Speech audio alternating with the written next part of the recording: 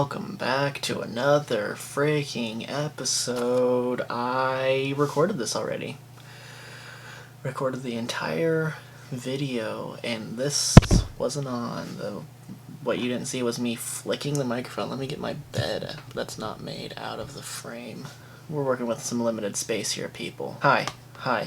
What's up? Hi. I saw a car this week driving down the freeway that had a sticker on it. It was like an official vehicle, and it said sell free car, and it had a no cell phone sticker. And I've never seen a sticker that I thought was more a lie. Like they're just gonna drive back and get their cell phone. Like they have their cell phone in their pocket. It's like having a sticker that says this is not a sticker, you know. It's alright, whatever you say, you know. How are you guys doing this week? I'm doing this week. You know, I don't know. We got a new sponsor this week. It is the Anti-Gambling Association of America.org. Go check their website out if anybody you know or might know or you haven't met yet struggles with gambling or they're not very good at gambling. Go check this website out, and they have a really cool program right now that if you buy one of their little lotto ticket scratch-offs, you get you scratch it off and you see what percentage off you get of your total treatment. So you can get anywhere from 1 to 6% off, and if you use promo code Fentoozler, you get extra 0.3% off. So check it out. I don't know if you guys have noticed over on my Instagram, I have been suggesting new music every day. That's been pretty fun. I usually just put up one song every day that I think you guys would like. I did this over the summer and it was really fun, so I'm going and doing that. I have a new light. I don't know if you can tell by me reaching my hand over here, but it's glowing. So that's hopefully making this all look like I'm not shooting it at 2 in the morning on Thursday for Friday. One thing that's been kind of constant in my life, I feel like you guys have seen that I like music, that I like movies. Another thing that I really like is baseball, and I played baseball growing up since I was like 5 up into high school. Kind of, like I said, got in a lot of trouble in high school, didn't play much baseball. Probably could have used it in hindsight. Probably could have done wonders on a boy like me. But I have a couple cool baseball stories. This one that I'm about to tell you happened in, I think I was 11 when this happened. 11 or 12. Playing baseball-wise, I played second base, and for those of you who don't know baseball jargon, second base is the person that stands closest to when you're running the bases. That it would be the second base that you would pass. So the guy standing right next there. I would also play right field, which if you're standing home plate facing the outfield, it would be the one to the right. Is that one, and then sometimes I would be pitcher, which you guys all know. Throws the ball. Yep, you got it. You're nailing it. You're catching on so fast. I'm so proud. I wasn't a starting pitcher though, because I couldn't throw for very long because I threw diesel. I threw absolute diesel, you guys. So I couldn't throw for very long, so I was what was called the closer, which is the guy that pitches the end of the game. They close it out. You guys are doing great. So, I was used in select situations. This particular game, we are playing against our rivals. Crosstown, basically the same city as us. We were small towns. We had 2 separate schools. I don't know why. Probably could have had one really good baseball team, but instead we had 2 okay baseball teams. 9th inning, the end of the game. Got a full count. That means the next pitch, theoretically, is going to be the last pitch. Full bases are loaded. That means that there's a guy at first, second, and third, and the guy that hits home runs every time he comes up to bat is coming up to bat.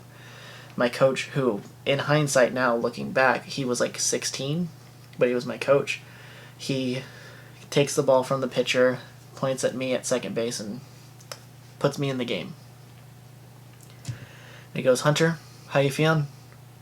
And I looked at him and I said, not very confident. I gotta be honest. And he goes, "Well, here's the thing. You just have to throw one pitch. Can't be a ball, though, because if it's a ball, walks in a run. We're only down by one. Or we're only up by one. We're only up by one. It's gotta be a strike. Gotta get this kid to swing at it." So, pretty good slider back in the day. And for those of you, again, who aren't familiar with baseball, a slider is a pitch that comes at you and then it kind of slides off to the side like that. You see what I'm saying? You know what I mean? Warming up. His coach is still standing there. Finally, the ump says, "It's the last pitch." So, okay. The coach comes up to me again. He goes, "Are you feeling better now?" I was like, "I gotta be honest, no. I don't feel great about this. I don't think this is gonna go great." And he smiles and he goes, "Don't worry about it. Don't worry. You'll be fine. You're gonna be fine." So, get to the mound, get set, and I throw the hardest slider I could throw. It's a little bit out of the zone. I can see it. It's gonna be a ball. But big boy decides to swing at it. And in my entire life, I have never seen a baseball fly farther than after he hit my pitch. I got home before the ball landed. I think he hit his school with that ball. And my coach laughed and said, "Hey, what about next time?" And I wanted to never pitch again in my entire life. I would have gone for the rest of my life never pitching in baseball again. So that's the story. Some stories don't have happy endings, you guys. You gotta be realistic. Sometimes the underdog loses. And this guy, boy.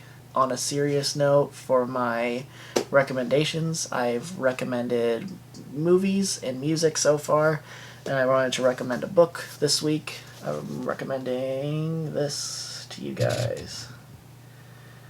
Recommending Reasons to Stay Alive by Matt Haig. I think that's how you say his last name. He's British, so it's an English last name, and I don't speak English.